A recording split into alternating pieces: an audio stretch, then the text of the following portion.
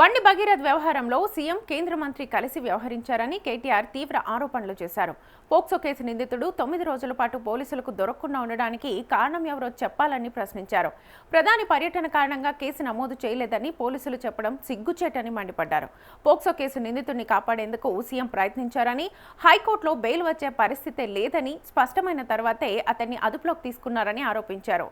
ఇక అప్పగించాం, arrest చేశామంటూ CM కేంద్ర మంత్రి కలిసి డ్రామాలు ఆడుతున్నారని విమర్శించారు. ఈ కేసులో నిందితుడిని 9 రోజుల పాటు దాచిపెట్టింది ఎవరో ప్రజలకు చెప్పాలని డిమాండ్ చేసిన కేటీఆర్, తాము నిరంతరం పోరాడకపోతే బాధిత బాలిక కుటుంబానికి న్యాయం జరిగేది కాదని అన్నారు.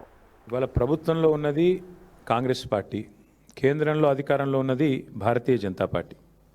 ఈ అంశం మీద మీరు ఒక్కటి దయచేసి మీ మీడియాను కూడా ఈ విషయంలో మీరు ఏమనుకున్నా సరే, మీరు కూడా కళ్ళు, చెవులు, ముక్కు అన్నీ మూసుకున్నారు 4 రోజులు. అసలు ఒక స్క్రోలింగ్ కూడా వేయలేదు మీడియా. సిగ్గుపడాలి తెలుగు మీడియా. జాతీయ మీడియాలో వచ్చేదాకా తెలుగు మీడియా కనీసం సోయి కూడా లేదు. ఇంత సీరియస్ వైఖరి మీద, ఇంత సీరియస్ విషయం మీద అసలు ముఖ్యమంత్రి, కేంద్ర మంత్రి తోడు దొంగల మాదిరిగా ఇద్దరు తోడు దొంగలే. ఒక మైనర్ బాలిక మీద అఘాయిత్యం జరిగితే ఈ రాష్ట్రంలో కంప్లైంట్ తీసుకోవడానికి పోలీసులు నిరాకరించారు. ఎవరండి ఈ రాష్ట్ర హోంమంత్రి? ముఖ్యమంత్రి గారు కాదా? ఆ అమ్మాయిని సతాయించి, తల్లిదండ్రులను సతాయించి 6 గంటలు పోలీస్ స్టేషన్లో కూర్చోబెట్టి వేధించి చివరికి కౌంటర్ కేసు పెట్టించారు. ఎవరు పెట్టించారండి ఈ రాష్ట్రంలో? వాస్తవం ఏంటి అసలు?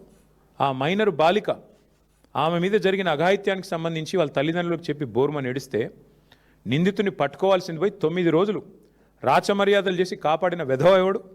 నేను అడుగుతా ఉన్నా ఈరోజు. ఎవరా వెధవ? ఇద్దరిలో తెలియదా ప్రజలకి? సిగ్గుపడాలా ముఖ్యమంత్రి? ఏమంటాడు మీ డీజీపీ? ఆయనకి ఏమైనా ఉందా తలకాయ అసలు? ప్రైమ్ మినిస్టర్ బందోబస్తులో బిజీగా ఉన్నాం అందుకే కేసు పెట్టలేదా? ప్రైమ్ మినిస్టర్ బందోబస్తు వచ్చినప్పుడు మొత్తం నేరస్తులందరికీ హాలిడే ఇస్తారా? 3 రోజులుగా సంపుకొనరాబాయ్ అని చెప్పి మొత్తం రేవంత్ రెడ్డి గారు, చెంచల్ కూడా బ్యాచ్మేట్స్ అందరికీ చెల్లరేగమని చెప్తారా? ఏం చెప్తున్నావు నాకు అర్థం కాదు. సిగ్గుందా అసలు ప్రభుత్వానికి?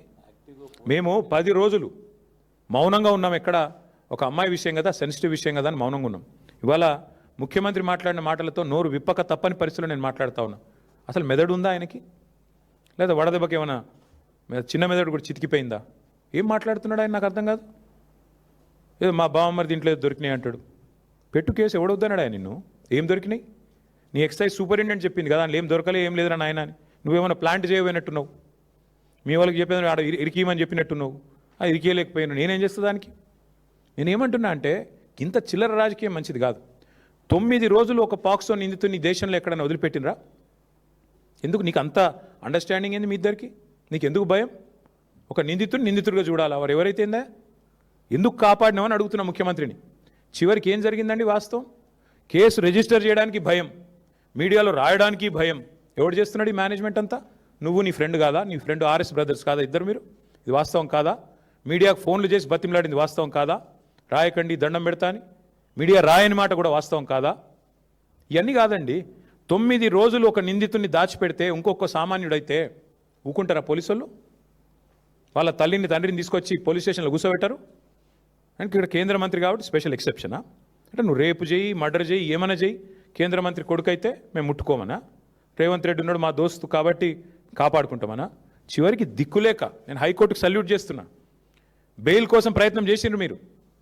అది రాకపోతే సచ్చినట్టు నువ్వు అరెస్ట్ అంటావు, ఆయన లొంగుబాటు అంటాడు. ఇద్దరు డ్రామాలు, తోడు దొంగలు. సిగ్గులేదు ఇంకా మాట్లాడడానికి. ఆ అమ్మాయి కాదు, ఇవాళ రాష్ట్రంలోని అమ్మాయిలందరూ, మహిళలందరూ మీ మొహం మీద ఉమ్ముతున్నారు.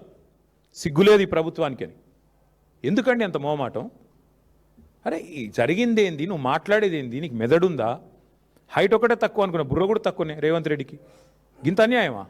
ఒక అమ్మాయికి అన్యాయం జరిగితే ఆ అమ్మాయి వివరాలు బయట పెట్టిన వెధవలు ఎవరు బయటపెట్టు. ఇప్పటికి 15 మంది మీద కేసు అయింది పేట్ బషీరాబాద్లో. ఎవరు ఆ వెధవలు? బీజేపీ వాళ్ళు. ఆ అమ్మాయి హనీ ట్రాప్ అని రాసిన వెధవలు ఎవరు మీడియాలో? నేను అడుగుతున్నా, ఎవరు ఆ వెధవ మీడియా? ఏది హనీ ట్రాప్ అని చెప్పి మనీ ట్రాప్లో పడ్డ మీడియా ఎవరు? వాళ్ళని అడుగుతున్నా నేను.